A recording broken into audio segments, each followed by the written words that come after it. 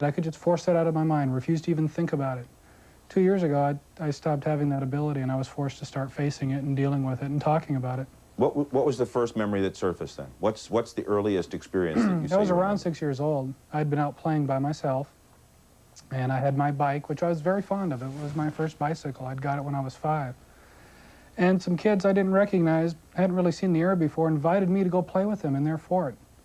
And it was supposedly underground, and I climbed down inside, and once I was in there, I realized that they weren't kids at all. And I was very frightened. But they reassured me that everything would be all right, and I could just go look around. They would show me around. But what they did was led me into a room, put me on a table, take my clothes off, and start an exam. And it's at that point that my memory faded until I was back in the entryway, and they told me I could leave and it was time to go.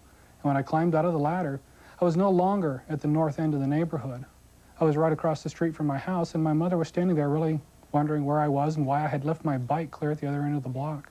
And there have been instances throughout the course of your life. That wasn't just the one instance. No, it's been repeated. They'll come and make several visits. They'll be gone for several years, and then they'll be back again for more. How do you account for the failure on your part to remember this as it was going on? Why was it suppressed for so long? I was very frightened. I realized very early on that they could manipulate me and they could keep control of me, and that if they did decide to harm me, there was nothing I could do about it, and I didn't want to see that come. I would quite often react like I tell people as an ostrich. I would stick my head in the sand, refuse to see or hear anything, and it wasn't there because I couldn't see it. Why are you so convinced that these experiences that you're remembering are indeed encounters with extraterrestrial beings? I mean, what? Well, they're definitely not human beings, and they definitely display technology that I've never seen before. And while I wasn't fighting to bring memories back, I have always been fighting to suppress them. It was things that I knew had happened to me all along. The only times I fought was when they actually showed up. I would just keep my eyes shut and not participate. You understand that you came out of the ground near home, a block away from where you went in? As I remember, as I crawled, climbed up the ladder, when I was standing outside on the ground, I was, yes, across the street from my house, a block away. I had been under the impression that I was going underground. What do these people, I keep using the term people, what do these beings look like? I mean, are they... Well, what I've seen is what many people describe as a standard gray. About 5 feet tall, 80 or 90 pounds, large eyes, all black, no hair. Heads seem a little bit disproportionately large as compared to a human being. Do you get a sense of fear? Do you get a sense of peace? Do you get a sense of confusion when you're with them? Always fear. I was always terrified of them. And why do you believe that these aren't something conjured up in your head as opposed to real experiences? What led you to that conclusion? Well, there are dreams and there is reality. I'm as certain that I am looking at you and talking with you as I have been that I have been looking at them and talking with them. There is no doubt it is definite experience that I have been through. It's not something that I think happened to me, or I kind of maybe has a fuzzy recollection of something that might have happened to me. It's as clear as driving down here today. And excuse the layman's vernacular here, Dr. Mack, but for a while you thought you were nuts. When I could no longer suppress the memories, I was telling myself over and over, God, let me be nuts. I don't want this to be happening. I don't want it to be real. And after several months of this frustration and not being able to deny all these experiences, I went and saw a psychologist. And after 5 months, the psychologist kicked me out, told me there was nothing wrong with me. I was just having anxiety because I didn't want to deal with what had actually happened to me. You want to say something? We're often told, well, these are people who want to believe this. But far from wanting to believe it, I've seen many people that come to me wanting to have a psychiatric diagnosis, wanting to be told that they have a neurosis or even a psychosis, and become very disturbed when I say, no, I don't understand this. You're having these experiences, and I can't explain it. They're looking for some other explanation. It's what I call the anything but syndrome. Okay. I went through it myself. I mean, I've looked at every other possible explanation as thoroughly as I can, and nothing plausible has emerged. I might say there is not in the literature, I always throw this out to audiences, there is not in the literature or among the reports a single case of alien abduction experience that has revealed behind it, upon examination, something else. Okay, let me introduce Cindy. Picture this. This is 1987. Driving down the freeway. What time? About 11 o'clock at night. At night. What do you see? You're heading south?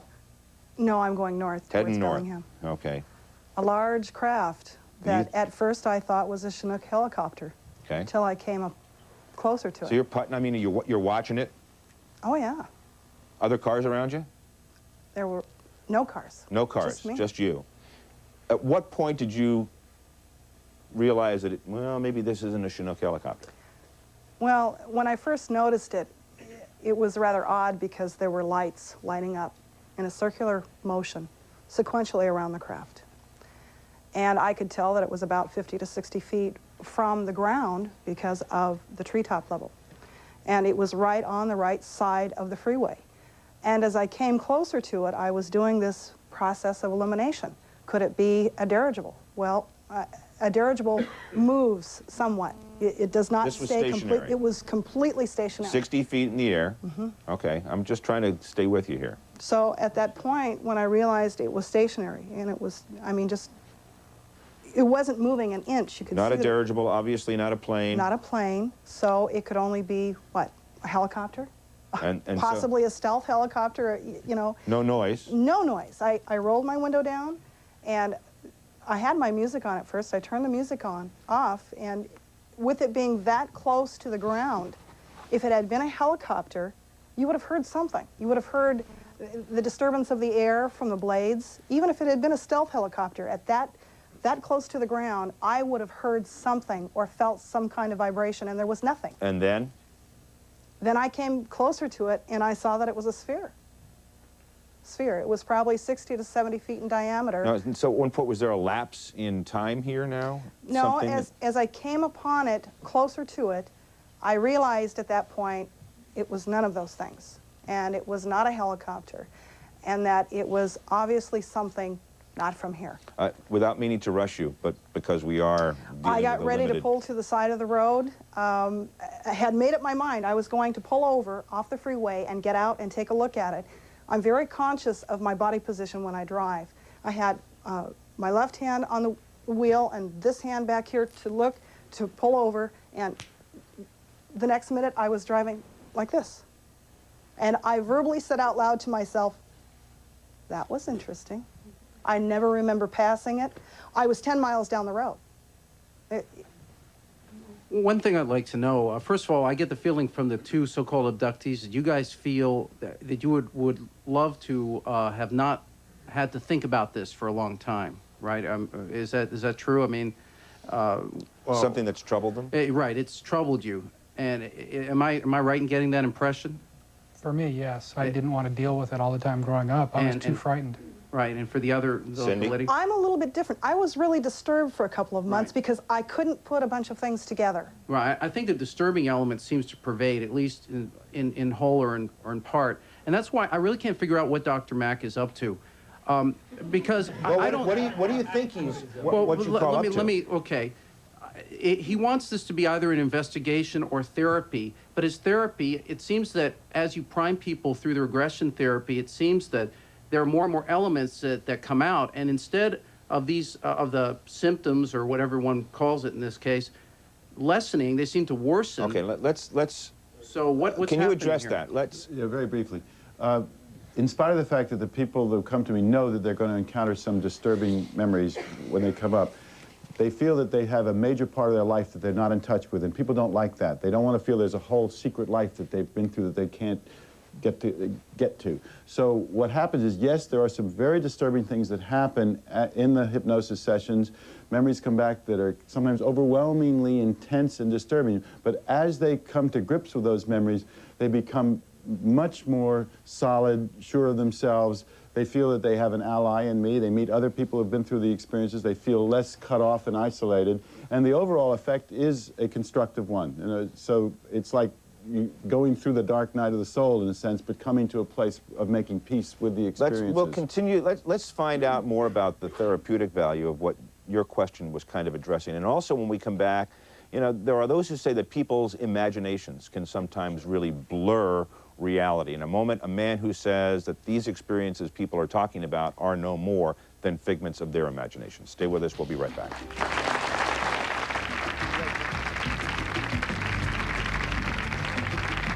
Aliens or extraterrestrials or something unexplainable, not of this world, in the house. They took me out of the house and up into a ship.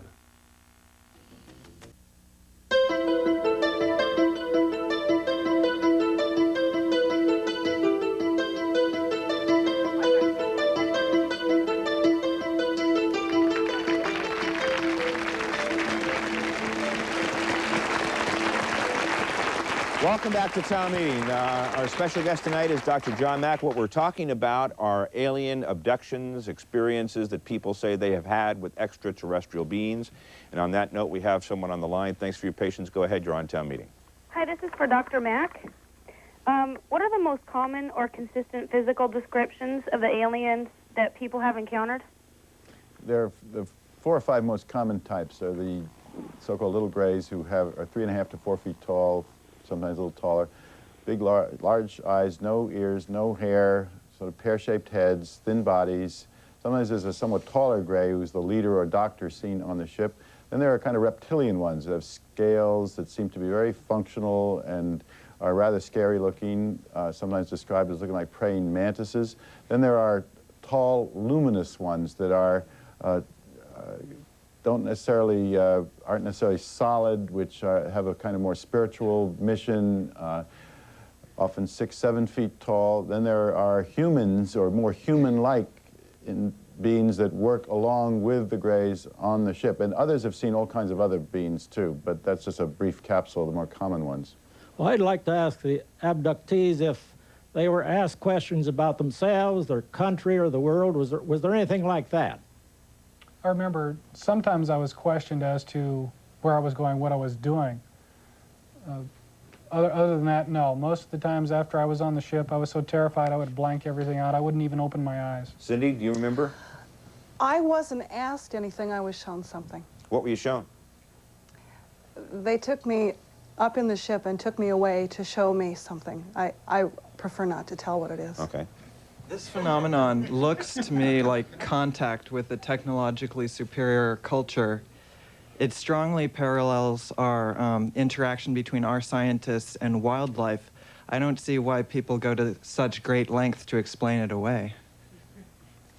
Is that, have you drawn that kind of comparison? Because I want to explore why something that's just, I mean, whatever you may think it is, it seems to me there's so much evidence that something is going on here that we can't explain. Why is this treated with such fear, derision, ridicule, often in the culture? I mean, I don't understand that myself. Go ahead.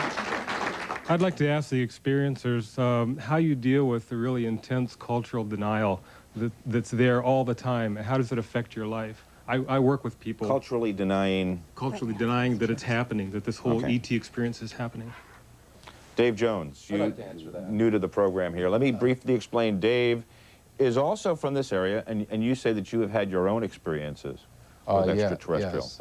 But I'm not from this area. I'm sorry. I'm from the Midwest. Excuse me. Well, you look like you should be from this area. Okay. You have that rough I beard feel like I belong here, you know. Okay. But yeah, I would like to answer that because in my job, you know, first of all, I've been with Dr. Mack for 2 years.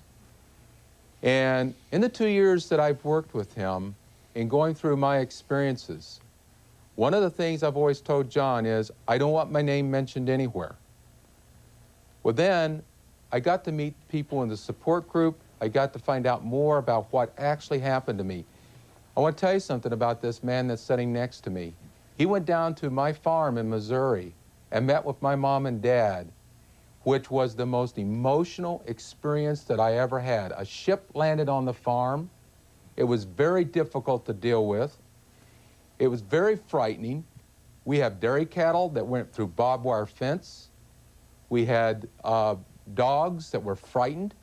That was a morning that we never forgot. But the one thing we were told was not to talk about it because this was back in 1962. We were told you would be classified as an idiot. People will not believe that you saw what you saw, even though there was a 30-foot circular burnt mark in the wheat field where it landed. So you think people like Dr. Mack are helping lend acceptance or bring acceptance to this whole experience? He's the pioneer. And I tell you, one thing I want to talk about, I work with doctors, and I work with hospital administrators in my job. And one of the questions, I just recently did some, I came out, and I decided to come out because there's other people that I have met that's had this experience. But they're so scared to come out because they're afraid of what the people's consciousness is going to think of them. Well, this may be a seemingly inappropriate time to introduce Dr. Barry Beierstein, who's from Simon Fraser University up in Vancouver, British Columbia. You've dealt with people who feel that they have had these types of experiences as well. You've reached a different conclusion than Dr. Mack has. Yes, a very different one. I believe they've had experiences, and they're telling me something that seemed profoundly real to them. I have no doubt with that at all. Now, the question is, did they experience something that happened outside them, or is this something that happened in the theater of their own minds? And what our research and lots of other research in experimental psychology says is our brains are capable of generating extremely real experiences of this sort that don't have anything to do with the world outside of us, but come from our memories and our hopes and our desires. They're psychological processes. It's a total false dichotomy to say either they're correct or they're crazy. That's not the only opportunity. And normal people who are not crazy can be terribly mistaken. I mean, our senses generate these kinds of experiences, and you don't have to say that somebody is nuts if they've had this kind of experience. I don't say that. I say they've had an experience, and I say we know something about brain mechanisms that can generate those kinds of experiences. What about physical evidence? I mean, I know of a girl that woke up with suction cup marks surrounding her whole body all the way around. There's a long history of stigmata, of people's attitudes causing bodily changes.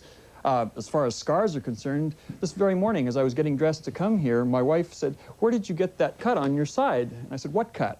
And I looked in the mirror, and sure enough, I had quite a large cut there. And I said, "I have no idea where that came from. I must have done it sometime." And, all right, let's... so it's possible to have all kinds of marks on your body that have nothing to do with being abducted or anything else. Well, who knows? You may have that repressed memory syndrome, and... But Dr. Mack, can you respond? Because there is a good point of view represented here, held by a lot of credible people and around the country, in Vancouver and in the United States, that say the same thing. No, I think, can I call you Barry? Certainly. I think what Barry's saying reflects the response a lot of people have when they hear about this and even begin to look into it. What's different, though, is that the cuts, the scoop marks, the lesions that show up on people's bodies, unlike the stigmata, have no relationship, as far as I can tell, to the personal dynamics, the wishes he was talking about, the feelings, the psychology. In fact, they bear no relationship to that person's psychodynamics. In other words, it's not something that fits into their psychology or any pattern that I've been able to discern. Excuse me, but Ken, we've got a problem here. I'm a lawyer, and I'm used to grilling witnesses on the stand. I know they can make up stories that are so incredible, you wouldn't believe it. And you're saying theory doesn't prevent facts from happening. But what we're talking about is stories. And both the people on your left there give us stories. Now, this young man goes into a hole in the ground, a cave, and he comes up right in front of his house. There's nothing about his mother saying, "This is bizarre, there's a hole across the street," calling the police. "Look, there's a hole here. Half of the block fell in. A whole string of dirt fell in with this hole that happened there." That's all missing. You see, that's a problem here. Ken, I want to respond to this, please. For many of us who have had experiences, and mine aren't identical to Dan's and many of the abductees, but our recounting of what happened to us is for people who have an open mind. We are not, I am not, I can speak for myself, I am not personally trying to convince anybody. Okay. I'm not trying to get them to change their mind. For people whose minds are already open or they've had something happen to them, this is another story for them. Let me go back to Dr. Beierstein here then. Is the fact, are you to be more receptive, or do they need, who's the burden of proof lie with here? The burden of proof is always on the claimant, but and we have to say, I mean, I'll reiterate, I believe these people have had experiences, but I believe they're generating them themselves. That's what a hallucination is. But it is a brain-generated... And we're not trying to convince... We can do these in the laboratory. We are not trying to convince create them. people We know like the you. conditions under which we But that's your need opinion. to set up things to That's make your this happen. receptive. Excuse me, please explain to me how your mind can generate a burn pattern out in your yard, or out in the field.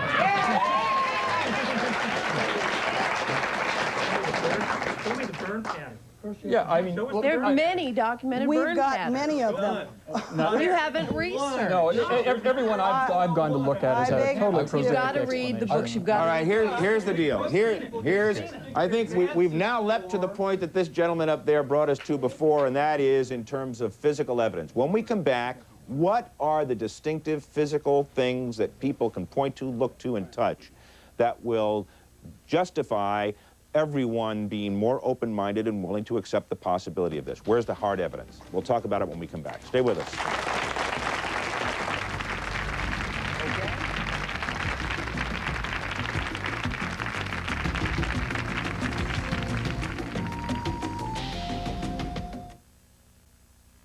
Next week on Town Meeting, can we act to save the symbol of the Pacific Northwest? Experts say the region's once abundant salmon runs are all but decimated, bringing us to the brink of an ecological disaster. As an icon, a recreation, and an industry, the salmon will not survive without immediate action. For tickets to this program, give us a call at 443-4186.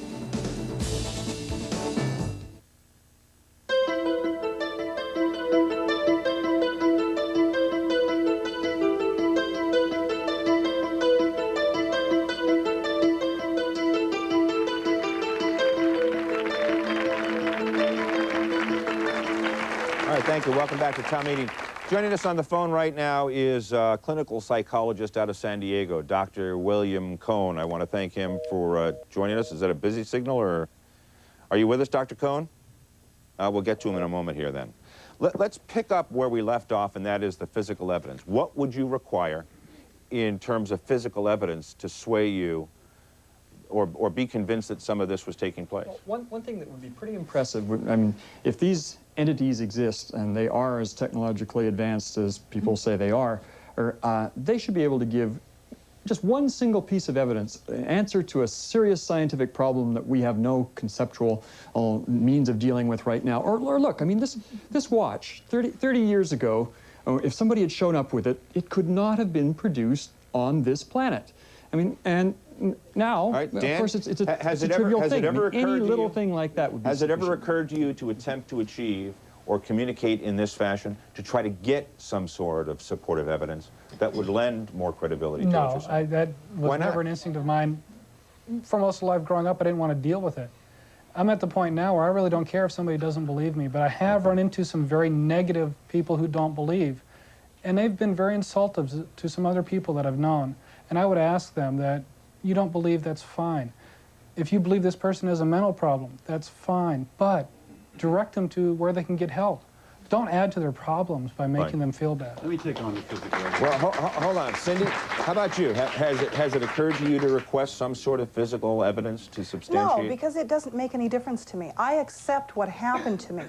And if other people want to hear my story about my encounter and my interaction, I'm more than happy to share that with them. Dave? Well, on the physical evidence, I'll give you just one example that's something that recently happened to me this fall. I've been out playing golf early in the morning. I came in, and for the last 3 days, there had been a loose piece of skin in my mouth. And when I looked, it's on the bottom of my mouth. When I looked at it, it was just a white piece of skin across. So what I did, I took a pair of tweezers and got a hold of the loose piece of skin, and I pulled it. When I pulled it, the whole bottom side of my mouth just came wide open. Blood just gushed out. Dave, this is a great story. Well, I'm going to tell you something. And if they want physical evidence, they're going to hear but it. But I think what we were referring to more than some type of a wound or... But listen to the story. Listen to what happened. I mean, because when I went through the regression, I found out what happened. I was taken aboard a ship. I was put on a table. They cut my mouth open. They took a small gray object out, which had been down in the bottom of my mouth, which I always thought was part of my gum. For a long time, for all my life, I thought it was. Today, that's gone. Okay, Dr. Mack, what about X-rays? Let me take on this physical evidence question, okay? Coming in. There is physical evidence, okay? There is the lesions on people's bodies, like Dave is describing. There is the burned earth. Many cases that have been documented. You can just deny it, but there's Linda Howe, many other people have got photographs, have demonstrated that this exists. There are pregnancies that have disappeared, not proven medically, okay? There is shared experience around. There are people actually witnessed to be missing during the time that the abduction is reported, and I have several of these cases. Now, go ahead. This is the thing I want to get across here. I've come to, then the implants. A number of implants have been analyzed. I thought that was going to be the smoking gun. I was looking for the smoking gun too. And those, when analyzed, do not demonstrate some bizarre set of metals that are not found on Earth. And what I've come to is that this phenomenon has some subtleties to it. All right, okay? Let me just finish hold the on, but point we got here. Dr. Cohn here, and I want to get him on this as well. But can you do it real quickly? Yes. Are we to the... I see this thing, I think we're stuck in a certain place that nothing is real unless it's in our physical world. This may not come from this physical world. This may be asking us to open to some larger realities, okay? To constantly try to force every human experience back into the box of the to serve world as an that we introduction to restricted Dr. ourselves to. Cohn, who's joining us by phone from San Diego, clinical psychologist. Thank you for joining us. Let me, in the way of brief background here, you have also dealt with people who say that they have had experience with extraterrestrials. That's right. What is the majority of the cases what have you found? Well, I've found a lot of things very similar to Dr. Mack. I found a lot of people that report being taken aboard the craft, being subjected to medical examinations, having objects placed or removed from their body, things of that nature. What has your conclusion been? Well, two things. One is I have some people that like Dr. Mack, I think are very credible people.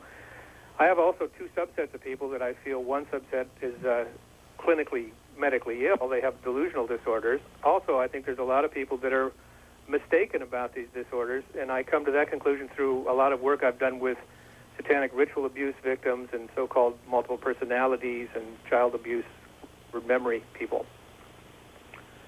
Have you come to a point where any of the people that you have spoken with, where you will accept their explanation for what's happened to them in terms of having extraterrestrial contact? Well, I think it would be presumptuous of me to say that these people are not telling the truth, that they're lying, because I wasn't there. But do you believe them? Well, I have no reason to disbelieve them. However, what I'm saying to you is there's a lot of people that have had these experiences, or say they have, that I believe have not. And I think that number is growing, just like the problem we're having with satanic abuse and child abuse memories. Yeah, hi. I've been a special consultant to the Time Life series on the paranormal, just briefly. And I think there are two kinds of cultural denial going on. We mentioned cultural denial. Yeah. The other part of the cultural denial is that this has been proliferating through our society now for some 30 or 40 years. And I'm surprised that Dr. Mack is surprised that these stories tend to coincide and that they tend to have similar kinds of features, because that's how folklore operates. You had this kind of thing going on in the 17th century, with the witch kind of things, demon possession, and these sorts of things. Folklore is an extremely powerful thing, and it tends to impact. Do you think people's people lives. are feeding off of stories that they've heard? Is that, or contributing to the urban legends? As I think that they may be. Kids' stories, folklore. Wait. No. Okay, one at a time. Hold on. Here. There is a fallacy here that all of the facts are out, all the elements in the abductees' experiences are out in the public. They are not. All right. I'll tell you what. Hold on. Let's regroup here real quickly. When we come back, we will talk about what the facts are, what people perceive them to be, mix everything that we have gotten together with at this point and bring it to some sort of logical closure. Stay with us. We'll be right back.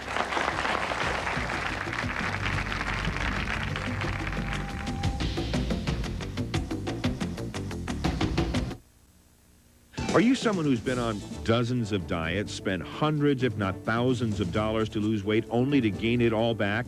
If diet programs have been a disaster for you, we'd like to talk to you. Give us a call at 443-8272.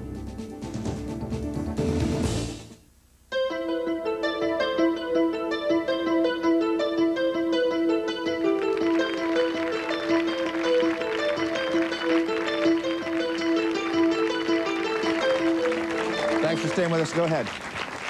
I would just like to know, when you're talking about physical evidence and stuff like the crop circles that have been over in England now since 1975, we've got all kinds of physical evidence that something is causing this, regardless of the two old men that said they were doing it with the piece of wood and a string. But it's going on, and what's causing it? There's been no answers. The people that disbelieve in a possibility of this going on, where is your evidence to base your disbelief on, instead of just saying, no, it's not possible? But here, Dr. Beyerstein says, and empirically, it is the claimants that have to have the proof. That's correct. In any scientific study, if you're claiming something that can't not be demonstrated physically, it is my burden. If I want to convince you, I have to come up with the proof.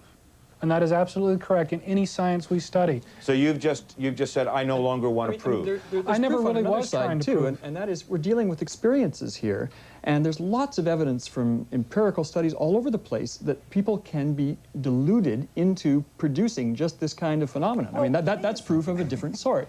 The man in the front who said that this is basically from folklore because people are seeing things in books and on TV that are similar stories. Well, how come there are hundreds of car chase movies everywhere and people don't say that they've seen car chases or that they've imagined car chases? It doesn't seem to make sense. Because nobody would pay any attention to them if they did. Why do people see crimes on television This and is not a selection phenomenon.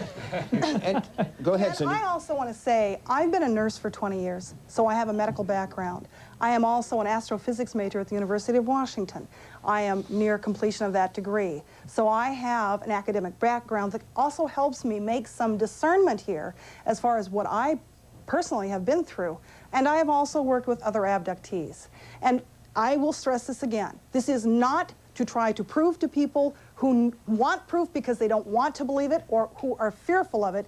We are advocating what we've been through so other people who have been through it can have a dialogue with us. But let me ask Dr. Mack, with what you've chronicled in the book, in some respects you are attempting to prove that these events have happened. Wasn't there more in terms of a base for you to offer some sort of proof in than has been offered?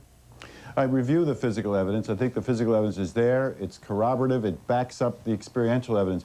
But how do we decide what's true or what's real except on the basis of shared experience? That's how we decide. Agreement in the culture that something is real, that something is powerful.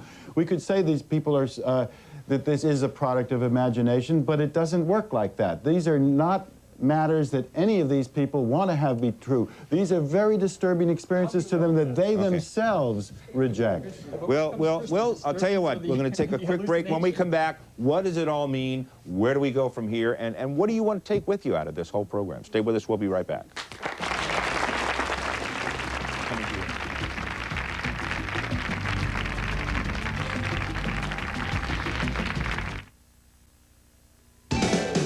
Town meeting guests enjoy the sweet life at the Marriott Residence Inn on Lake Union in downtown Seattle.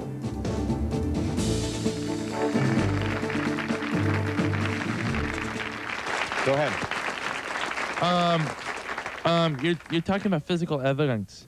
What about the evidence about the Air Force hangar where all the aliens, where they got like the 3 aliens, the bodies of the 3 aliens, the hangar 18. Government cover-up. Yeah, the government cover-up that has alien spaceships and alien bodies. It's a total hoax. It's been disproved a dozen times. But it is not a hoax. It is. Oh yes, of course. I mean, the signatures on the memos were shown to have been copied off Harry Truman's memos of something totally different. It is not a hoax. The typewriter that those documents were typed on wasn't even manufactured until years after the events that they talk about supposedly took place.